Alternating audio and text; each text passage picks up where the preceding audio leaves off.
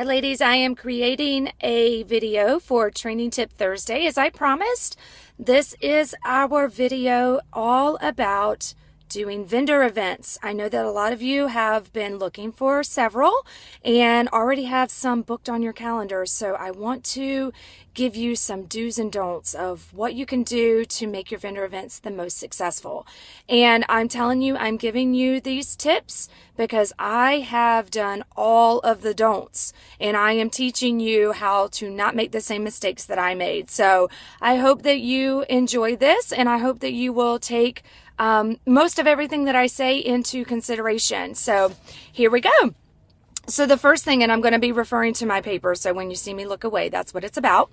So just a few things to make sure that you do with a vendor event is that you find one that is going to be well marketed.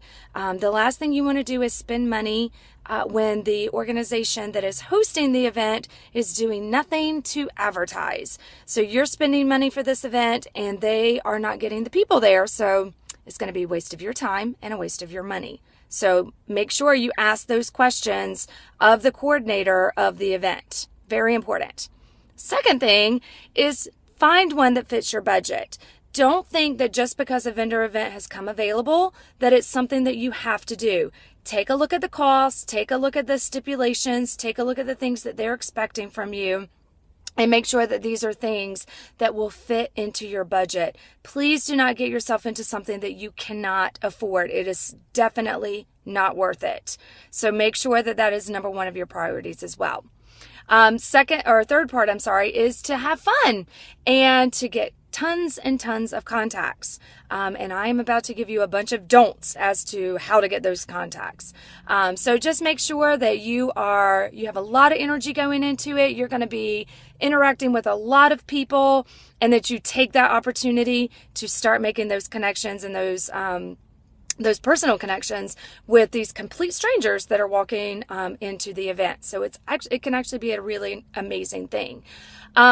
One of the other things is to make sure that you have a tablecloth or a banner that has something about 31. They do have tablecloths for sale in our business supplies through your back office. So if you think that vendor events is going to be something that you want to get more involved in, then it is certainly worth the cost of, I think they're $25 for the tablecloth. Or if you're close by to somebody else who is a consultant, maybe you could ask to borrow theirs if you don't have the money to spend on that. Another thing is you can actually go through Vistaprint if you want, and you can have a banner made. It's not something you have to do. It's just an idea. So take that in consideration as well. One of the really, really important things, and if you write down anything from this for the do, is to make sure that of all the contacts that you get, you follow up with those people within 1 to 2 days after the event has taken place. It is statistically proven that if you wait more than 2 days to follow up with somebody, then they will forget about you. And by the time you do follow up with them, they are going to ignore you because they're not going to remember who you are. So make sure you get all that viable contact information from these people and that you follow up with them either that night or no more than 2 days after the event has taken place. And then the final part is when you make those connections and you're not going to connect with everybody. You can send out emails to all the people you get information from. And honestly, you may be lucky if you hear back from half of them to a quarter of them. But take advantage of the ones that you do hear back from and make sure you continue to schedule those follow-ups with those people. If they say at this time it's not a good time, they can't do a party this month, or they can't place an order, be sure to ask them if it would be okay if you followed up with them around the same time the next month, and write it on your calendar and make sure you do it. Trust me, they will be extremely impressed that you remember to follow up with them. All right, so those are your do's for vendor events. Now we're going to move on to our don'ts. Now there are a lot of don'ts, and I'm telling you, these are all the things that I did and I have learned from my mistakes.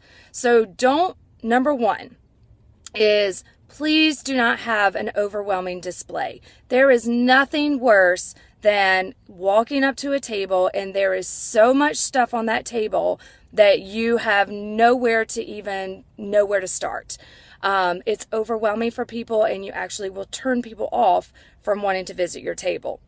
My rule is I try to gauge what type of crowd is going to be coming to the vendor event, and I usually try to pick items to cater towards that crowd. But if you don't really know who's going to be coming, then kind of make it a rule of thumb that you put no more than 8 to 10 products on your table. And maybe you consider some of the most popular products that you sell, or you can look on 31 Today and you can get a list of the top 10 items that are selling in the current catalog at that particular time. Another huge don't is do not sit behind your table and wait for people to come and talk to you. There is nothing worth, and actually my rule is that I do not sit. And sometimes these vendor events are long, and I understand that, but the more you can be up, the more you can be present, the more you can be engaged and communicating and building that relationship with these people, I promise you the better your results are going to be. So what I like to do is I will either stand behind my table or to the side of my table, and as people come up and start looking at the products, I actually just engage in general conversation. I don't ask them anything about 31 in the very beginning. I will ask them how they're doing that day. If it's a lady walking by and she has on an outfit or a piece of jewelry or a hat or some shoes, something like that, that I like, I will actually compliment that part first. It breaks down that barrier. People are so accustomed to going to places like this and trying to be sold. So when I can actually just start general conversation with them, it allows for me to be able to continue that conversation and then eventually lead into the 31 conversation. So I just start out very casual, just like I would if I was meeting somebody on the street. And I just start talking with them, ask them how they're doing. And then after a few minutes of having just casual conversation, I will ask them if they're familiar with 31. Have you ever heard of 31 before? If they haven't, then I will give them a brief overview, show them a few products from my table, and get them engaged, and then of course start sharing the hostess benefits of 31 and ask them if they have ever hosted a party with a direct sales company before, or when the last time they got with their girlfriends, and wouldn't their girlfriends love this stuff too. So you just really start pushing into that conversation. If they have heard of 31, then I ask them what products they own. I ask them if they've ever hosted a party to get stuff for free. So it's very easy to really start getting into those conversations and getting the ball rolling with what you're really there for. The other thing, this is huge, and this one, both of these took me a long time to learn. I do not give away anything. I do not bring catalogs. I do not bring mini catalogs. And a lot of times I don't even bring business cards. I will have one catalog that is put out on the table. I have a big sticker on the outside of it that says, please do not remove. And people are allowed to look through that catalog, but they cannot take it with them. And then I inevitably have people say, oh, do you have a catalog I can take with me? I kindly tell them that I do not, but if they would give me their information, and I have a sheet of paper for their name, their mailing address, their email address, and their phone number. If they give me their information, I'll be more than happy when I get home from the event to get information out into the mail to them. Guys, this is very, very important, because what's going to happen is you are going to let people walk away with your money. You will easily give out 25 to 50 catalogs to every single person, and the likelihood of you hearing from any of them is slim to none. Why in the world, as a business person, would you give away your money and your supplies to people who will inevitably go home, take all the stuff that they receive for free from that vendor event, and throw it in the recycling bin or the trash can? Do not give out your information for free. Get their information first. The other thing that I have learned and stopped doing, Do not do a drawing to get their information to give away something for free.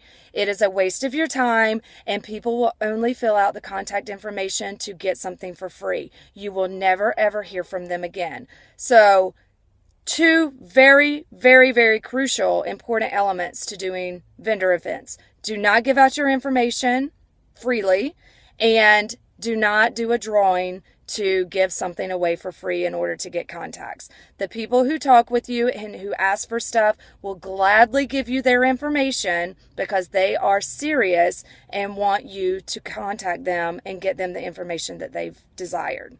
Got it? Okay. Another don't that people go into vendor events thinking, please do not go into a vendor event expecting that you're going to get huge sales. The likelihood of that happening is slim to none. You are not going to get huge sales from a vendor event. Do not even focus on sales. You put your main focus on getting bookings on your calendar, and you have those conversations with people as you are talking with them in those general conversations. Explain our hostess benefits. Explain how they can get things for free. As they start talking about how much they love this and how much they love that, then ask them, why would you pay this amount for it when you can get it for free? Let's get a few of your girlfriends together and we'll have a holiday party, or we'll have a fun girls' night out. How much more fun does that sound than you spending all of your hard-earned money today? See what I'm saying? It's very, very easy. I want you to focus on the bookings. One of the things that I like to do is I will actually have my calendar open, and I will have the dates that I can schedule parties for highlighted on my calendar. Those are the dates that they get to pick from. And so we can pencil them in at that particular time. And sometimes I will offer an extra incentive. If they pencil in a certain date, I will give them an extra amount of hostess credit when we close out their party. But the stipulation is that they have to keep the same party date, and they actually have to have a 200 plus party in order to receive the extra benefits. So it just really gets you into that conversation of talking about booking the parties instead of having the conversations about selling something. Because we all know the more we can book the parties, the more we're going to get as a total outcome from everything. Okay, got it? And the final thing to not do is to get discouraged after doing one or two vendor events. Some of them are going to be good and some of them are not going to be good. It's just kind of the way it works. You never know what you're walking into when you sign up for a vendor event. Now, I will say, if you find yourself not being successful whatsoever at getting viable contacts or being able to add bookings onto your calendar from vendor events, after doing 2 or 3, if you're seeing that none of that is happening for you, then come back to me. We'll discuss some things that you're doing, but maybe you just will discover that vendor events are not for you, and that's okay. There's nothing wrong with that, because honestly, you're going to get your best bang for the buck by actually, contacting people that are interested and you getting into those people's living rooms. All right, so I just gave you guys a lot of information. I'm hopeful that you took a lot of notes. You can certainly listen to this video as many times as you need to and watch it. But I'm hoping that you guys have successful vendor events. I am here for you to answer any questions that you need, and best of luck. Thanks.